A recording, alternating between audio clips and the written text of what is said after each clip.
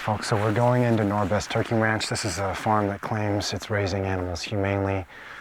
It's claimed in the past that it's raising animals free range, that they're raised on mountain tops and beautiful pastures. We're going to find out the truth of what actually happens at Norbest. This is a farm that also serves 2 million turkeys up to the American public, a lot of them at Thanksgiving every year. And 2 million animals is nearly as many people who are in the state of Utah combined. So this is a massive facility, and we're going to find out just how massive it is and walk through the story. So it's going to be crowded. We're going to move slowly and carefully, make sure we don't step on any sick or injured birds. We're going to document whatever we can. And in the event that we come across any distressed animals, we're going to try and help them. So is everyone ready? Yeah. Good to go? So Andrew, your lookout tonight. Mm-hmm. Sammy, you're coming with me to document. Paul, you're going to do the same. Mm-hmm. And we're going to see what Norbest is really looks like from the inside. So everyone, what's up?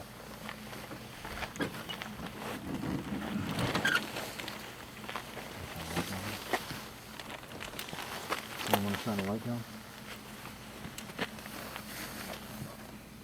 Where should the birds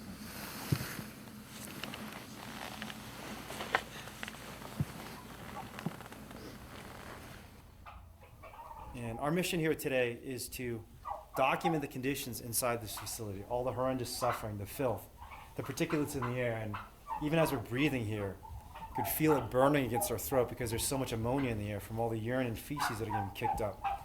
So we're going to document the conditions. And if we see a bird in any sort of medical distress, we're going to try and help them out. And we already see, frankly, dozens and dozens of birds in medical distress. Every single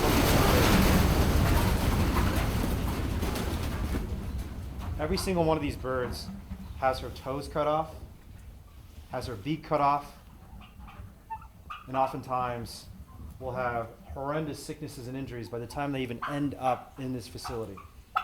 And if you see these birds that they're breathing with their mouths open, right? They're breathing with their mouth open, gasping for air. That's a sign of respiratory distress. So you see her and her and her right there. This is a sign that they have some sort of disease or they're struggling to breathe. Their throats are burning just like ours.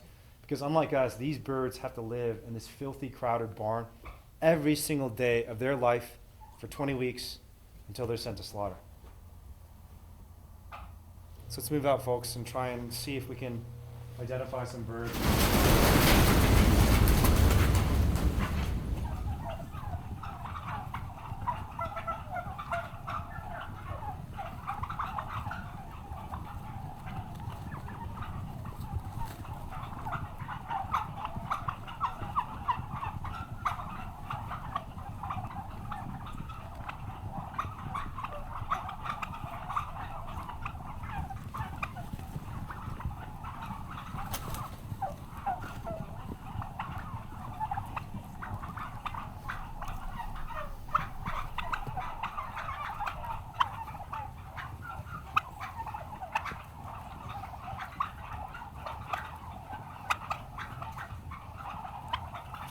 There's absolutely no concern for the welfare of these animals at all in this industry. Everything they say about caring about these animals is a lie because these animals are just things. They're things to be turned into profit for an industry that does not care about the damage they're doing to the planet, does not care about the damage they're doing to human beings, and certainly does not care about the horrendous suffering and torture they're causing to these animals. And there are thousands and thousands of these birds who are suffering in exactly this fashion. Just in this barn.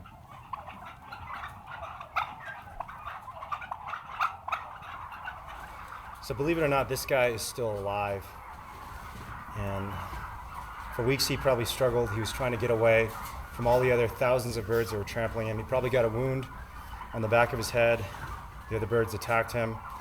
And he went underneath this feeder because he was so desperate to escape. So he has probably been like this for weeks, unable to eat, unable to drink properly, feeding on feces and the filth that just falls on the ground next to him because he's unable to stand and too weak. And you can see his chest is rising every time he breathes. You can see the movement of his head, despite the fact that his head is half torn open from pecking. His eye appears to be missing, could have been pecked out by another bird. And the reason this happens is intensive confinement. These turkeys are marketed with packages that say mountain raised. because outside this barn, there are beautiful mountains.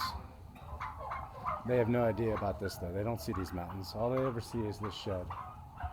All they ever breathe is this air. They never breathe the cold mountain air. They never know freedom. They never know grass. They never know sunshine. They just know filth and crowding and pain and suffering. And then one day they know slaughter. And then they end up on someone's table for Thanksgiving. All for a tradition.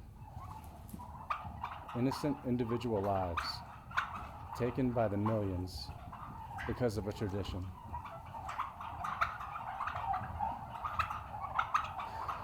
We've got to help stop this. We've got to change this, but we can do it.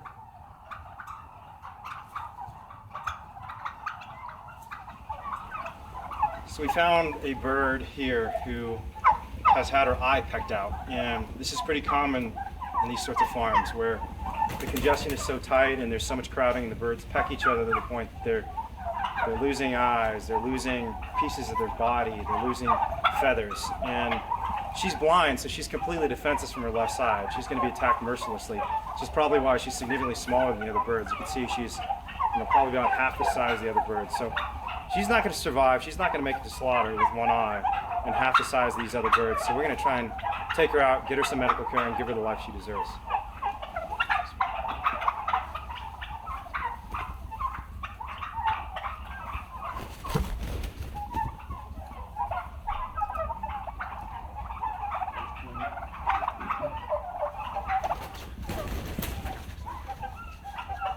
You can see now how bad her eye is, right? Her left eye is completely gone. So we're going to take her to a vet where she's going to get some treatment, and she's never going to have to be scared again that someone's going to attack her from the left side where she's completely blind. So, you ready to go, girl? Let me have the blanket.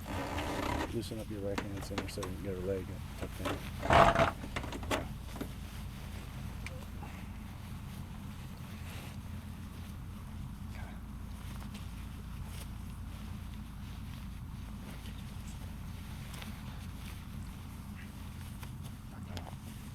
Okay, you got it.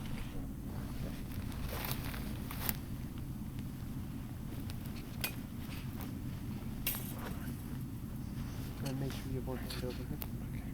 Make sure you get all the way over the barbed wire. Are you good? It's okay, baby. It's okay, Joe. Good girl.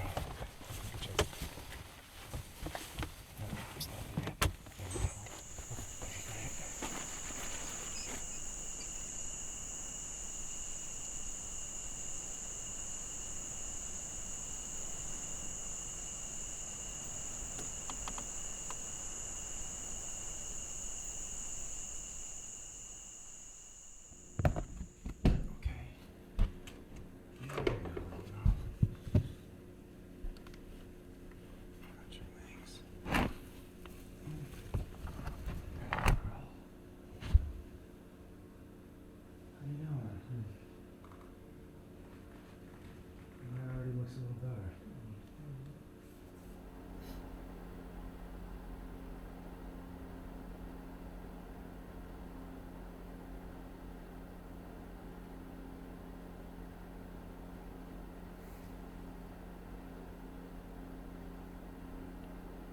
Ryan, you're home now. The big thing that DXC is trying to create is just vision. We want people to believe that we can change the world, that animals no longer have to suffer. So if you were moved by what you've seen, please share this story. You have the power to create change. Give people a sense of what it's like to be an animal inside one of these facilities. Give them a sense of what these individual animals are feeling. And if you can give people a sense of how that individual animal feels, they will be moved to change. Whether it's just talking to your friends and family, petitioning your city council person, going to a protest, or running into a farm with us. Anything that actually challenges the system of violence is a form of direct action. We want to encourage and empower all of you to do that. So when you see one of our activists running into a farm, a lot of people say like, oh my gosh, I could never do that. And my response to that is, you might not be able to do that because physically or legally or culturally or socially you're not prepared to take that sort of risk. What you can do is be a part of a movement that empowers people to do that educates people to do that, that shares the stories from these rescues. Because open rescue isn't just a discrete act of liberation. It's an ecosystem of social change that requires people working on press, working on media, telling stories, going to protests, even just sharing videos with their friends and family. All of these things are absolutely instrumental to creating social change. And every single person on this planet has the power to take some of these direct actions to help animals and help this planet heal itself.